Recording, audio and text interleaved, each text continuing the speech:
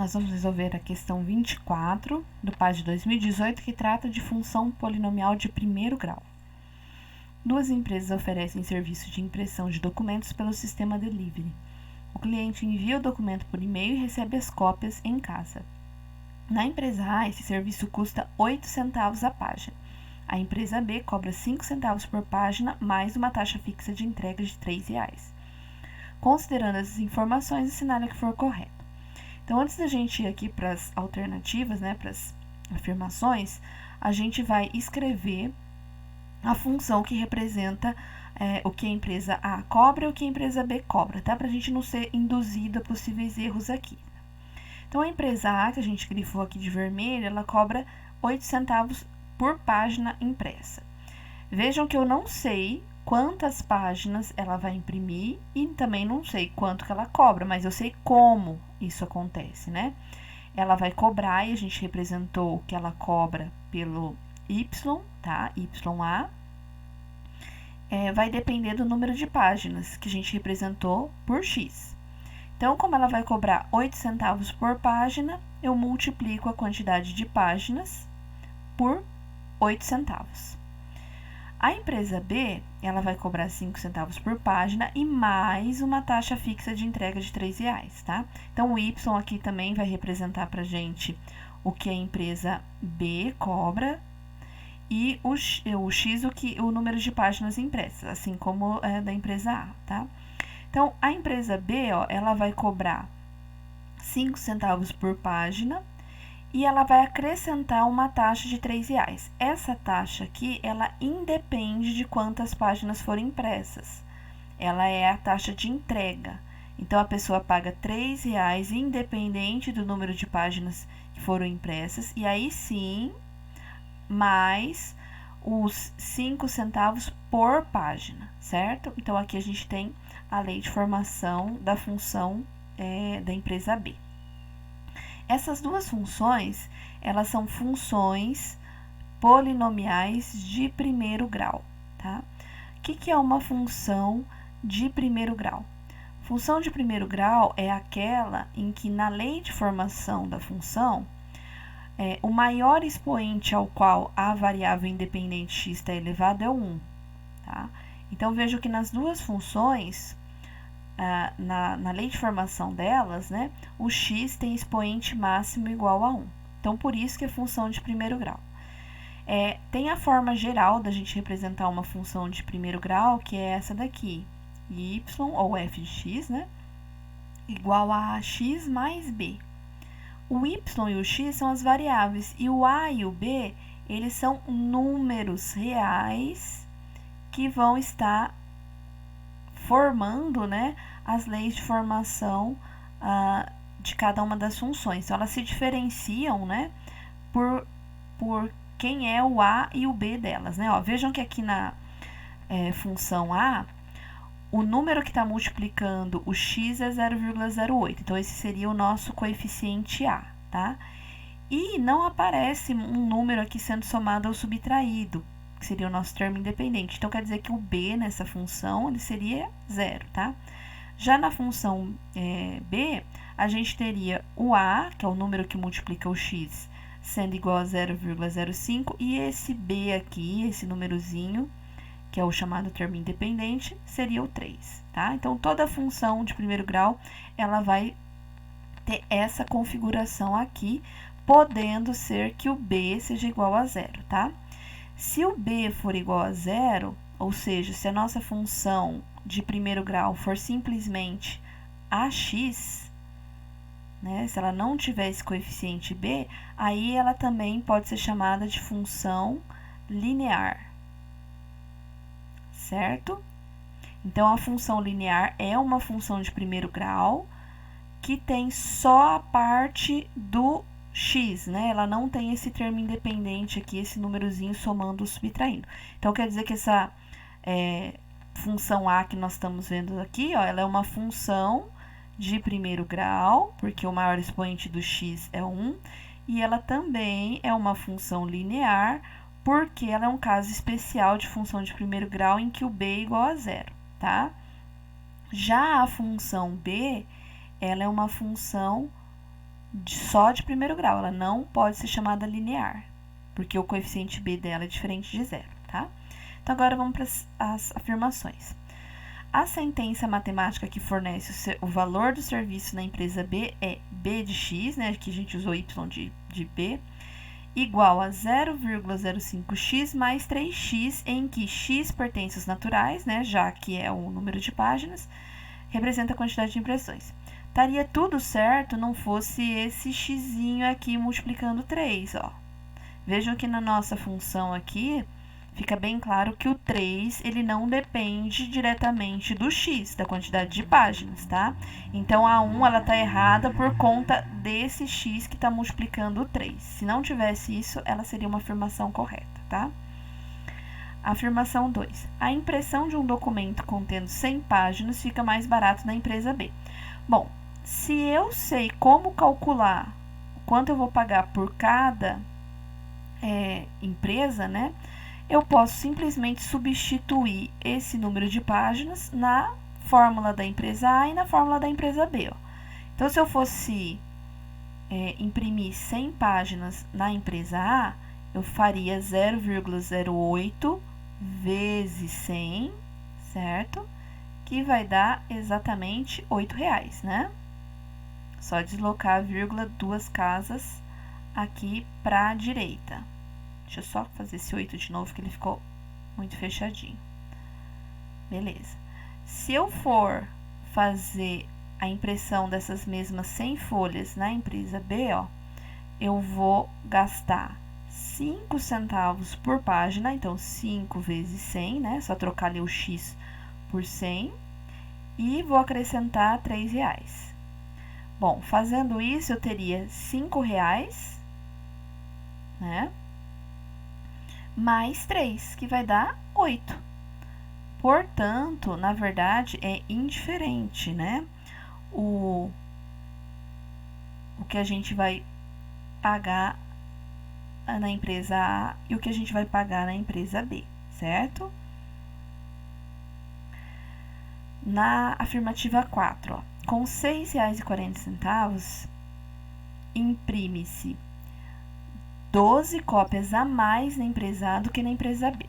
Bom, quando eu tenho uma lei de formação de uma função, eu tanto posso substituir o valor do x, que no nosso caso é o número de páginas, como a gente fez no item 2, como a gente pode substituir o y. Se eu souber o quanto que foi cobrado, eu posso trocar o y por esse valor e aí eu determino o x que gerou aquele valor cobrado. Então, o que eu posso fazer aqui na 4? Ó? Eu posso substituir o YA por 6,40 e verificar qual é o x que vai satisfazer essa igualdade. Ó, então, fica 6,40 igual a 0,08 vezes x, né? E aí, para eu resolver isso, é só isolar o x. Vai ficar 6,40 dividido por 0,08, né? Aqui, a gente, como vai dividir números decimais, né? E eles têm a mesma quantidade de casas após a vírgula, você pode simplesmente ignorar, porque faltou um zero, né? A gente pode simplesmente ignorar a vírgula e fazer 640 dividido por 8, né? 640 dividido por 8, eu teria 80 páginas. Agora, na empresa B, aí eu vou substituir agora o YB por 6,40, tá? Eu teria 6,40 igual a 0,05x mais 3, né? Aqui, é como se a gente estivesse resolvendo uma equação de primeiro grau. Então, esse 3 aqui vai subtrair o 6,40, né? A gente vai ficar com 3,40, já vou fazer direto, tá? Pra gente não perder muito tempo. Igual a 0,05x. E aí, é só dividir, né? O 3,40 por 0,05. Como tem a mesma quantidade de casas após a vírgula, né? A gente pode ignorar a vírgula como se estivesse fazendo 340 dividido por 5, tá? Então, a gente vai ter aqui 68 páginas, ó. Vejam que se eu comparar a quantidade de páginas que eu imprimi na empresa A e na empresa B, realmente vai dar uma diferença de 12 cópias, né, ó. Então, da empresa A, a gente pode imprimir 12 cópias a mais do que na empresa B. Então, a 4 está correto. Agora, a 8, a gente tem a sentença matemática que representa o valor do serviço na empresa A é uma função linear crescente. Vejam bem, função linear a gente já falou aqui certo? Porque ela é uma função de primeiro grau que não tem o termo independente que é somado ou subtraído. Ele só tem o número que multiplica a variável x. Então, ela é uma função linear, tá? Agora, crescente, a gente tem a função de primeiro grau, ela só pode ser crescente ou decrescente, né? Crescente, como o nome sugere, né? Quando os valores vão aumentando. Conforme eu vou aumentando o valor de x, aumenta o valor do y. Essa é a crescente, tá? E no caso da linear, ela sempre vai passar aqui pela origem do sistema, tá? Decrescente, ela vai vir em sentido contrário, né? Ela também passa pela origem do sistema aqui, se ela for uma função linear, tá, gente?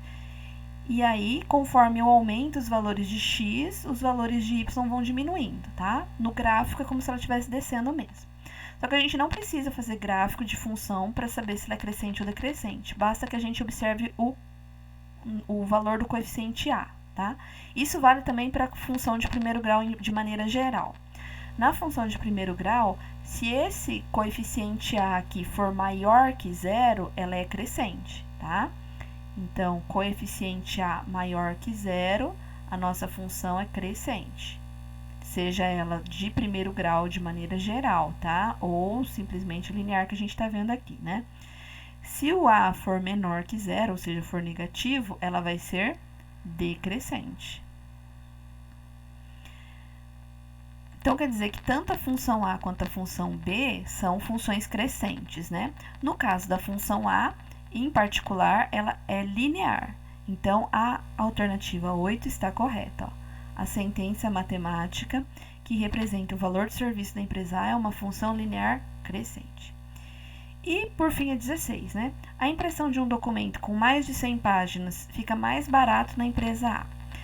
Aqui a gente poderia até fazer um gráfico para ver isso, mas como a gente já tem aqui que com 100 páginas os valores são iguais, né? Ó, 100 páginas da empresa A, eu pago R$8. 100 páginas da empresa B, eu pago R$8. Basta que eu faça um valor maior do que 100, tá? Aí pode ser qualquer valor. Vamos supor que eu escolha 200, tá?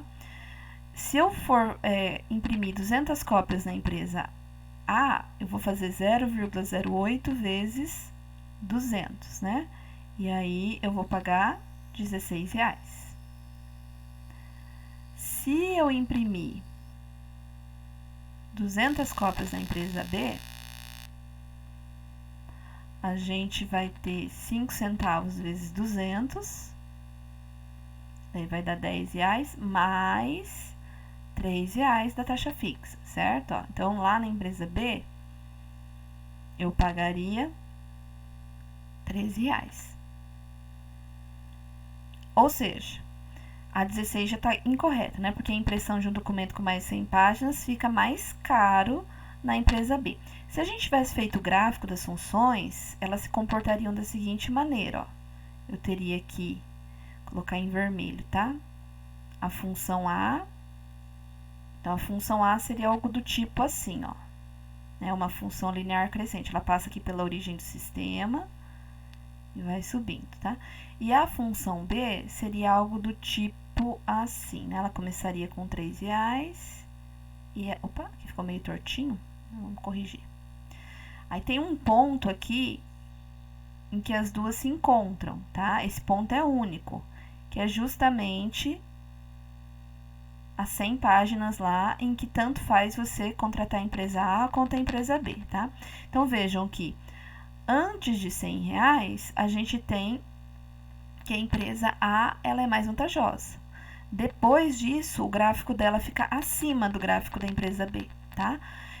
Só um detalhe aqui, tá? eu fiz esse gráfico aqui com as nossas linhas tracejadas, né? Porém, no caso desse exercício, né, o nosso domínio seria os naturais, né? A gente poderia marcar todos esses pontos, tá? Só tô fazendo aqui por questão de simplicidade pra gente analisar, tá? Aqui deveria ser os naturais do nosso domínio, porque a gente não vai imprimir meia página, né? Eles vão cobrar, independente se a página tá totalmente impressa ou não, vai cobrar por página, tá certo? Então, aqui na nossa somatória, a gente teria 12, né? Como soma final.